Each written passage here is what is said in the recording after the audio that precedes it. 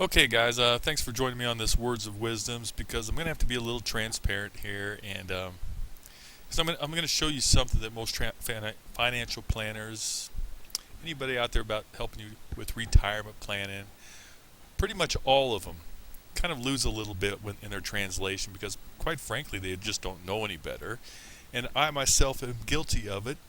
So, but I do know better, so I want to make sure you're clear on it before we move forward. I make. By the way, I'm sitting here in my easy chair again. See, guys, this it really is this easy to start a business. I mean, I think every video I've done from my easy chair right here. And I'll show you how to do that. Anyway, I digress as usual. You know my style by now. But anyway, you know, a lot of this financial planning stuff or retirement planning, which we're getting away from anyway, we're going into the freedom planning mode, is based on taxes. And you just saw the lesson on personal federal income taxes and how it really isn't as bad as you think it is. That's the good news. The bad news is all those other taxes you're paying that you have no control over. And in the next lesson, we're going to talk about how you can reduce your federal income taxes, which, as I said, is the only one you can control. So if you can control it, then control it. Reduce them.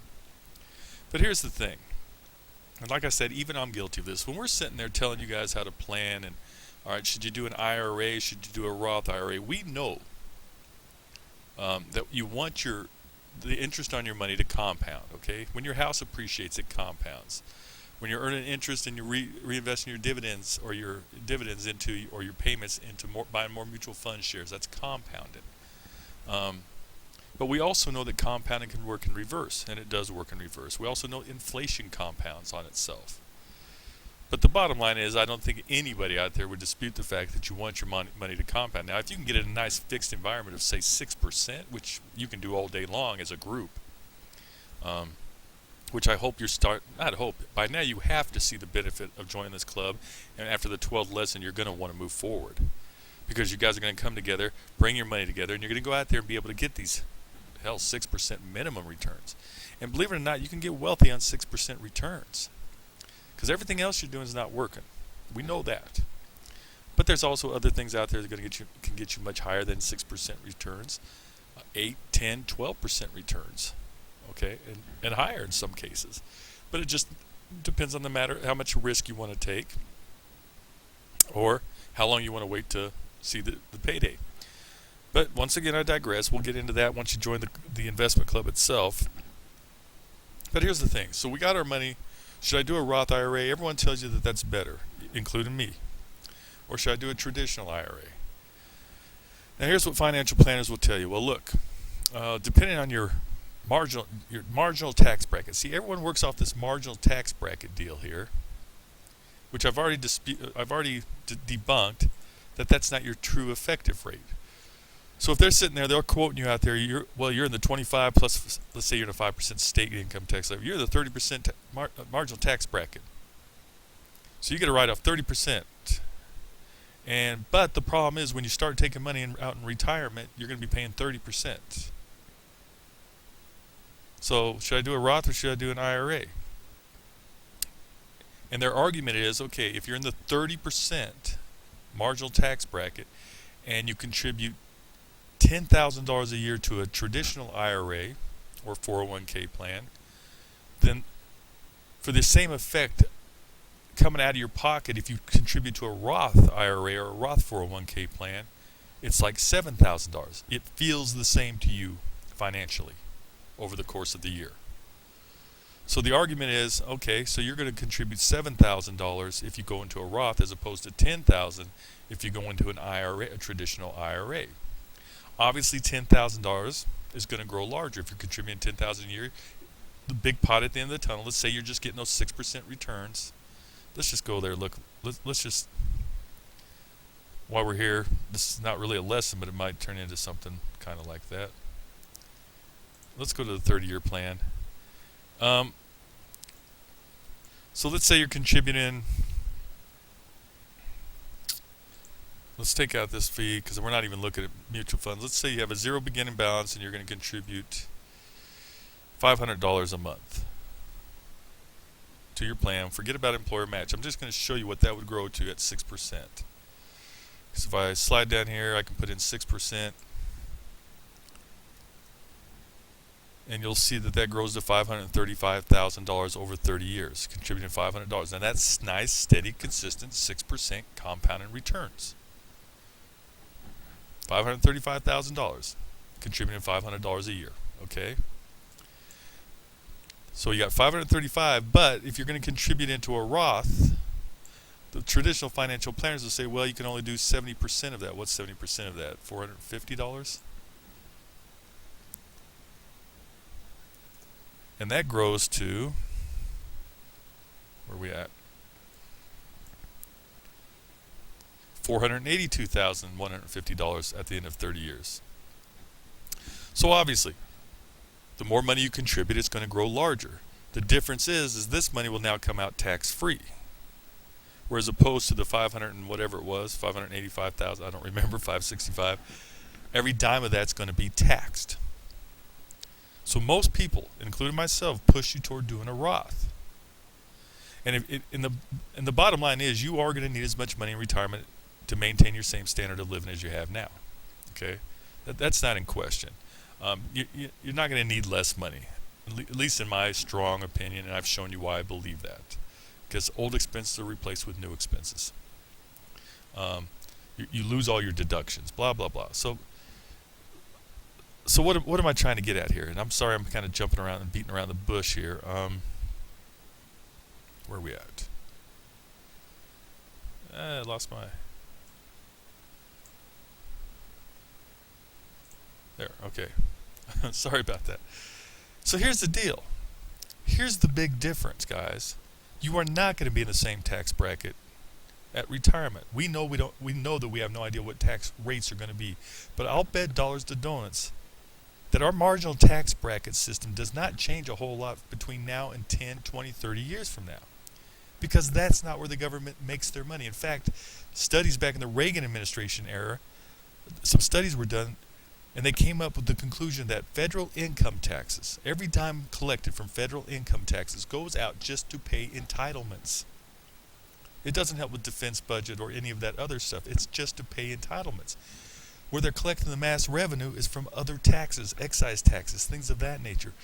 And these politicians go on the campaign trail with their rhetoric about, we're going to keep the taxes. We're going to tax the rich more. We're going to lower taxes for the poor. It's just political BS. So I don't think you're going to see marginal tax brackets change a whole lot between now and 30 years. Yeah, they're going to fluctuate. They're going to go up and down and sideways because all these politicians want you to think they're doing something. But this is the killer. It's the Social Security tax. So let's say you have $100,000 this year in income as a working wage earner. And we just use our standard deductions. Let's just don't get fancy here. Okay? That means you have $23,300 deductions. You have $76,700 of adjusted gross income. So you owe $11,235 in federal income taxes. So your net income, that minus that, is still $88,765. That is only 11.24% marginal effective tax rate.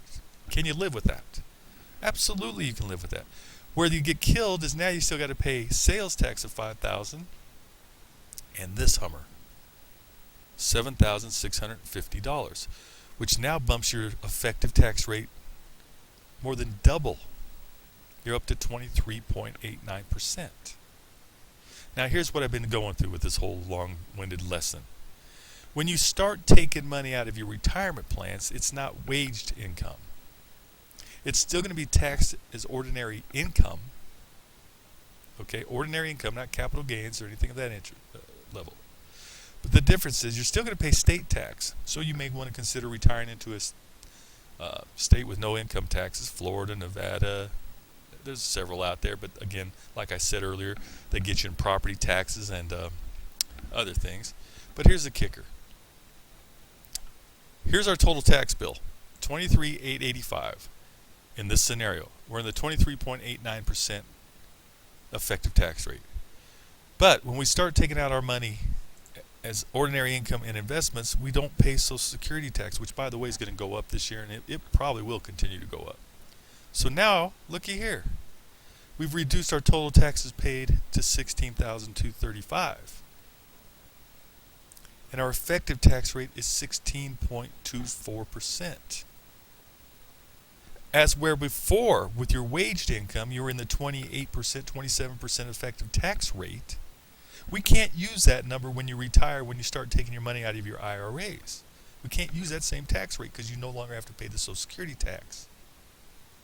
And marginal tax rates are going to go up or down, and it doesn't matter. It's going to fluctuate either up or down, which is going to hold true no matter whether you're, whichever direction you go.